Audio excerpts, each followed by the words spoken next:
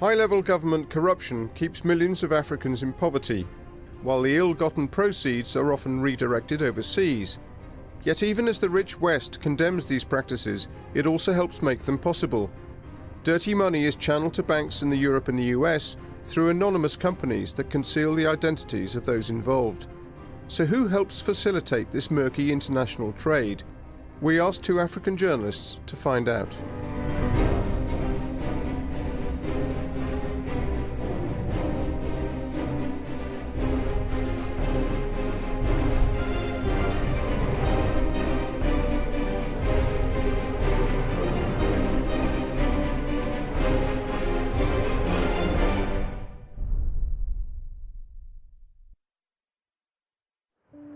It's easy for the developed world to look down on Africa, with the poverty and the corruption. And it's right, corruption does make us poor. But without the developed world, the big corruption couldn't happen. These rich countries promise Africa $50 billion every year in foreign aid. Yet my continent loses an estimated $148 billion every year to corruption. And it's these same rich countries that supply the getaway vehicle. Most of the stolen money ends up in bank accounts in some of the richest countries in the world. My name is Stanley Kwenda. I'm a journalist here in Zimbabwe, and I want to find out why the developed world makes it so easy for corrupt African leaders to steal from their own people. I'm on my way to the east of the country, where 6 years ago, huge reserves of diamonds were discovered. These diamonds gave the people of Zimbabwe a brief glimmer of hope, but from the very beginning, it's been the same old story. Allegations of corruption have dominated talk about the diamond sector. Behind me are the Marange diamond fields. Every one of us here hopes to benefit from the diamond mining that is happening just down there. We hope they were going to transform our lives. But with allegations of corruption flying around, that hope seems to be fading so fast. Marvin Mudiwa lives near the mines and is a community leader. The surrounding region is one of the most impoverished in the country, desperate for the development that the profits from the diamonds could bring. But he, like everyone else in the area, has become depressed by the ongoing reports of corruption. So when this diamond came, it came as a God-given gift. We thought now, here we are going to benefit from jobs, infrastructure. We thought maybe our roads were going to improve so that generations and generations will benefit from this. Not one individual. But what is happening, honestly, it's a shame. But it is not only locals who believe that corruption is dogging the industry. Since the formation of the coalition governments at the last election in 2008, control of the government ministries was divided between President Robert Mugabe's ZANU-PF party and the former opposition party, the Movement for Democratic Change. While Mugabe made sure that he continued to control the mines, he was forced to relinquish control of the Ministry of Finance.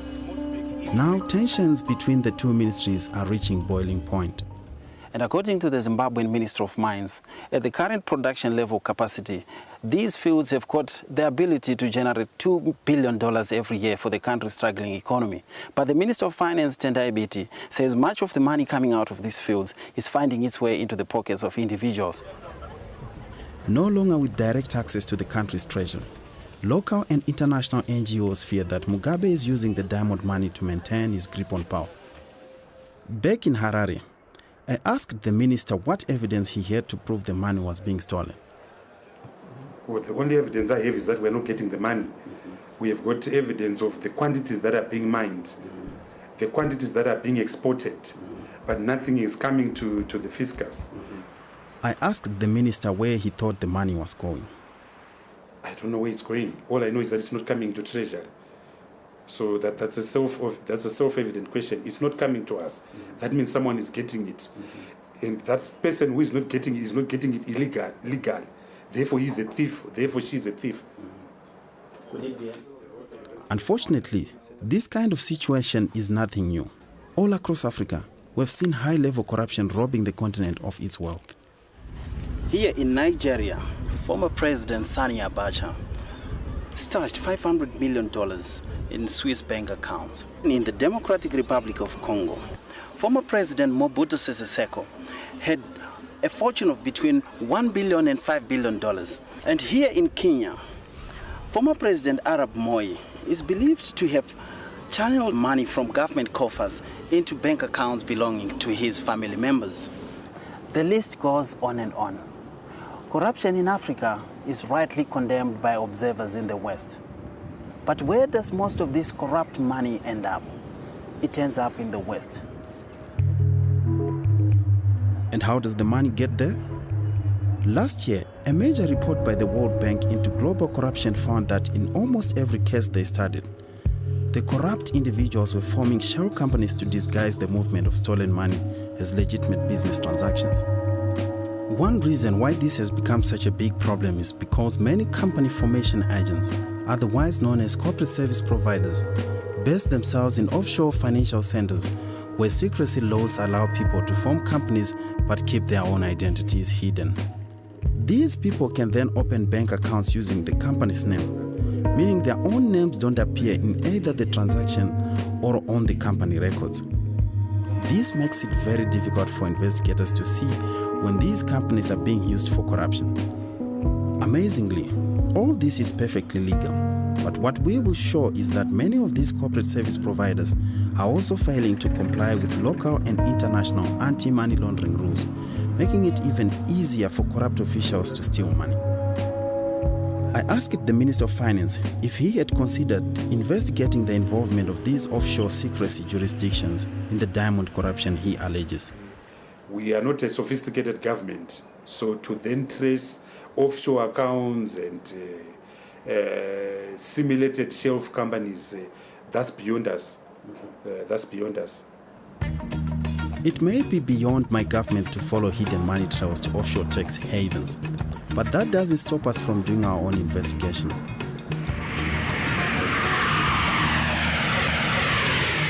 To show just how easy it has become to rob my continent, I've come to the Seychelles, one of Africa's up-and-coming offshore financial centers.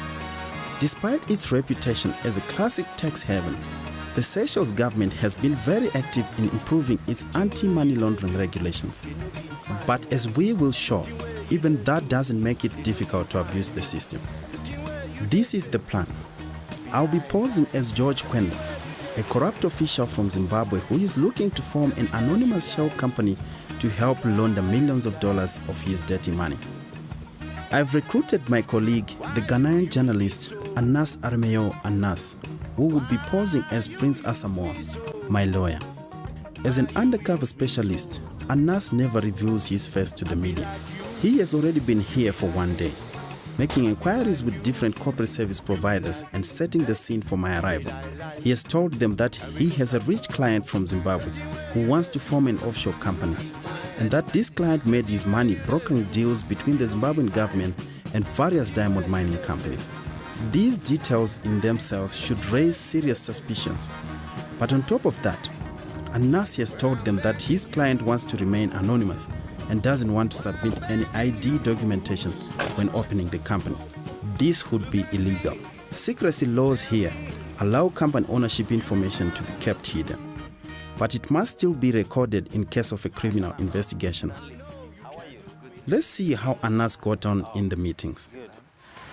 So tell me, how has it been going so far?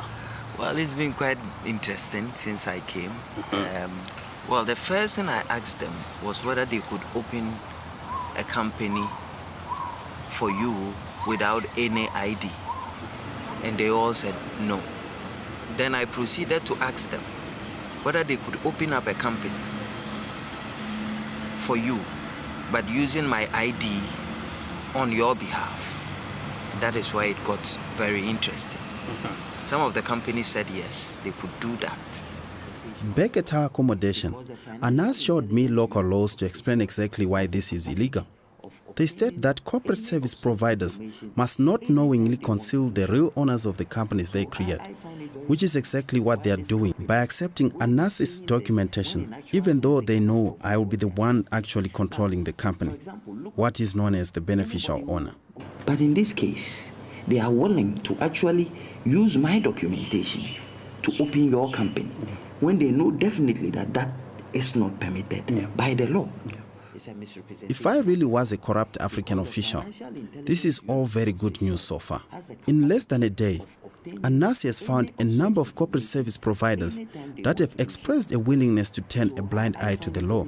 And this is all despite our best efforts to flag up the dubious nature of my character.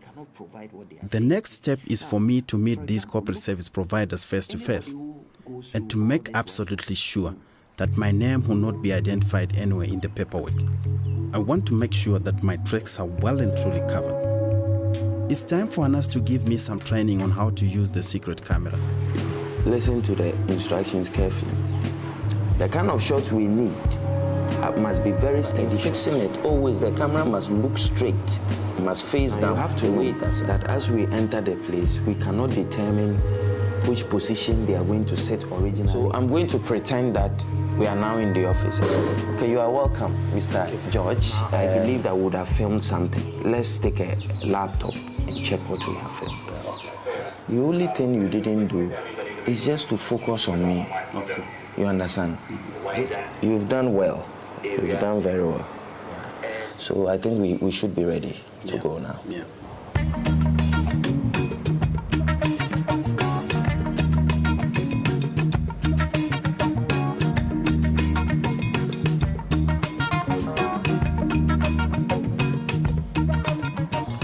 So I think we are ready now to go out for the secret filming. I've done this sort of thing before, but it's amazing just how the adrenaline gets over you as you prepare for these kinds of missions. But we are now ready for action, and the car is waiting for us outside, and I'm going out now.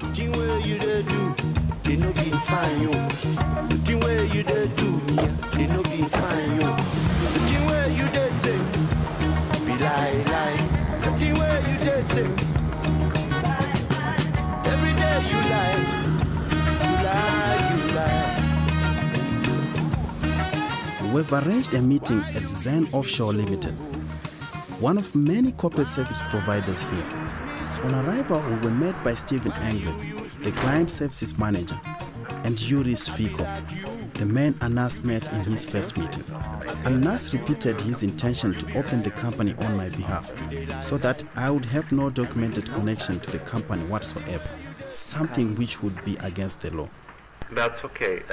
You are the beneficial owner, and we don't even ask you about your name or address or everything. And that sometimes is a very good way. It gives an extra level so that they can't find anything about who the actual owner of the company is. You can appreciate why I'm saying this, because my client is from Zimbabwe. I can too. And then he's the liaison officer between the Zimbabwean government and the rich diamond mines. Yeah, we don't want to know that. Don't go. I mean, that's the sorts of things that we can't have knowledge. If we have knowledge of that, we have to put it forward. So I haven't heard a word you've said in the last couple of minutes. Okay. I was shocked to see how open they were to flouting the law. They clearly understood that they were dealing with a potentially corrupt individual, but they simply didn't care. Stephen went on to describe how we could make it almost impossible for investigators to find out even ANAS's connection to the company by opening a chain of companies in different offshore jurisdictions. You can put a company inside a company inside a company if you wanted to. You buy this company, Kind International Consulting. You may register another company in Dominica, say. You put the shareholder by this company of this company as the Dominican company.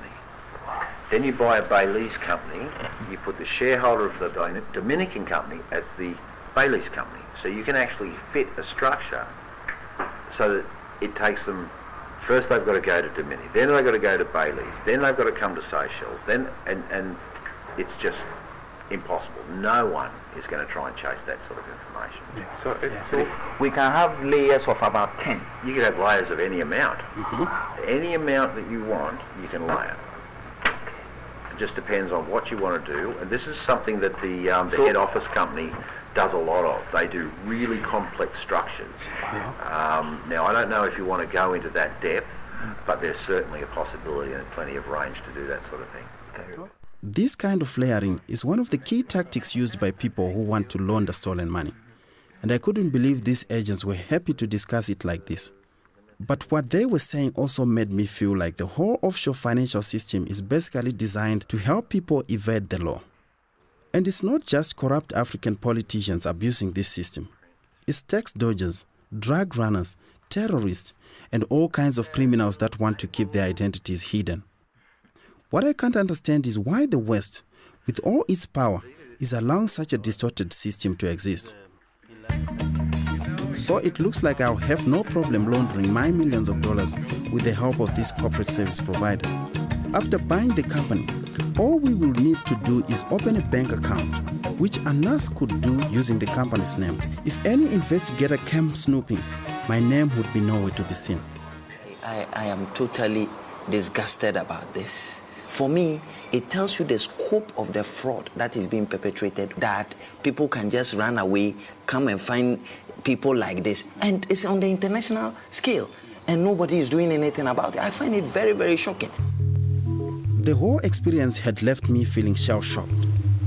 It's depressing to think how easy these corrupt leaders have had it all these years. But we still had one more meeting to go. It would have been easy to suggest that Zen Offshore was just one rogue company, but nothing could have prepared me for the conversation that was about to take place in the next meeting. Hello, Mr. Charles.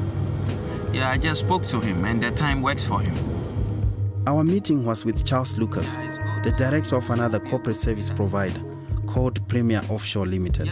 Once again, Anas explained my desire to have no recorded connection to the company that he would like to open on my behalf.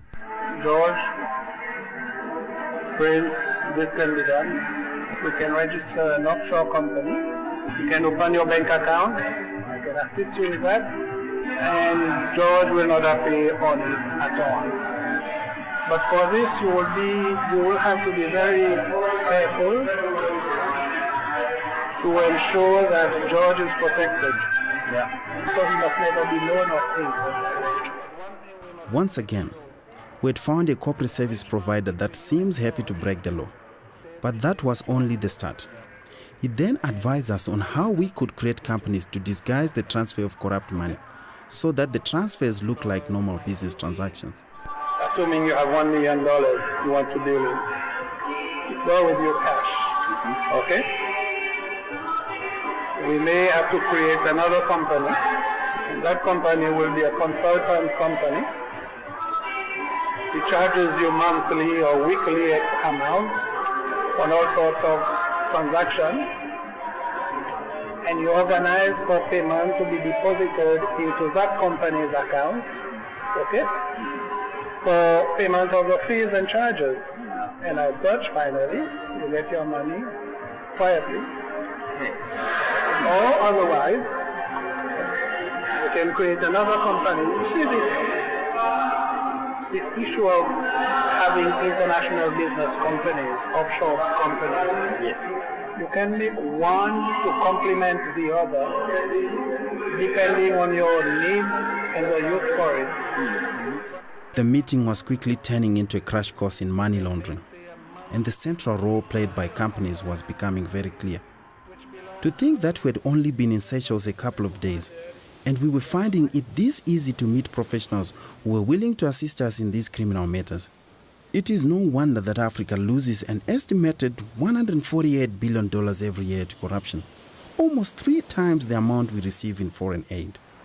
I must admit, I am shocked by this guy. He sounded as this hardened criminal, and I can't believe he accepted me as this corrupt businessman. And only God knows how many more corrupt people he has assisted to launder money. And what really surprised me was just how easy he made it sound. Anas and I decided we wanted to meet Charles Lucas one more time, and this time confront him with the truth on how we feel about what he is doing. Hi, Mr. Charles, how are you? The day after the meeting, Anas had gone to Charles' office to pay for a company. So we asked Charles if he could come to our apartment with the incorporation documents. We waited for him outside. Okay, by now you should be on. Nice to meet you again. Thank you. Take a seat. Thank you. Excuse me. There we are. I had limited. Had you told me yesterday, you could have. No, sorry, very sorry. I intend to sign quickly, and then. Yes. We will. Okay. Excuse me. May I see where you signed? Yes. This is your certificate of incorporation. Mr. Lucas, you are shameless. What do you have to say for yourself for this kind of work that you do? You are impoverishing my continent, helping corrupt people come here to hide stolen money. What do you have to say for yourself? Mr. Lucas, listen, the activities of people like you, it is what is keeping the African continent badly. You know, sir, what you are doing? You know what you are doing? What are we doing? These activities have always kept Africans in poverty. You know what this means? This means to the African continent? You know what you are doing now? What are we doing? What are we doing? You don't know what I am also doing. Yes, but we are saying... What are you doing? I will tell you one thing. Mr. Lucas, no. I will walk out. No, don't walk out. Don't walk out. You have to know that such activities have never helped us. What do you have to say for yourself, in Africa, Mr. Lucas? do you know how we are suffering? This kind of behavior... Do you know how many people are dying in Africa? And that was that. He walked away, and we never saw him again. Before leaving Seychelles, after everything we had seen here, I felt it was necessary to speak to some local law enforcement to get their perspective. I spoke to the director of the Seychelles Financial Intelligence Unit, Declan Barber. He was brought in by the government to help develop the country's defenses against financial crime. Well, it doesn't entirely surprise me, Stanley, that there's a minority within the offshore industry here that would facilitate that type of approach and that type of activity. But this small number of people will bring, they are a disproportionate risk to the reputation of a country that is doing its very best in the face of constant challenges from this minority in relation to using the jurisdiction for criminally supportive activities. But it's not as if, for example, Europe or the United States can hold up a clear white sheet on issues like this. There are malpractices everywhere. Like in the vast majority of cases where we would be tracking tainted assets, the financial flows, they don't end in Seychelles. Much of the time they move to respectable jurisdictions, if you wish. Hong Kong, to the UK, to the US. So this is a global issue. It's not a regional issue, and it's certainly not a Seychelles issue. Here in the Seychelles, I've shown how easy it is to employ the corporate services sector to help hide corrupt money trails. But as Declan said, money laundering is a global issue, and these corporate services can also be found in major financial centers across the world, centers like London. In fact, recent studies have shown that corporate service providers operating in developed nations are the least compliant with international anti-money laundering standards that ask for customer identities to be properly verified. We actually put this to the test and sent emails to a number of corporate service providers in the UK and the US. And we found that a good number of them were willing to form companies without asking for any ID documents. In fact, in most states in the US, there's no legal requirement whatsoever for corporate service providers to collect this information.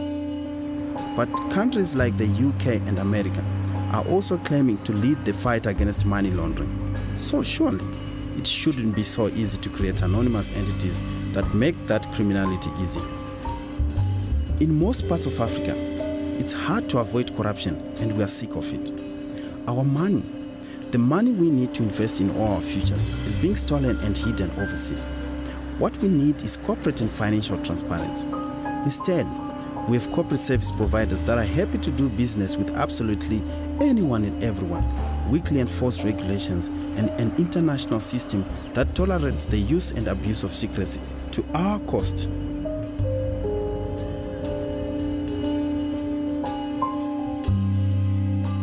And we'll return to this story in the months ahead as we investigate just how corrupt money is moved around banks in the developed world.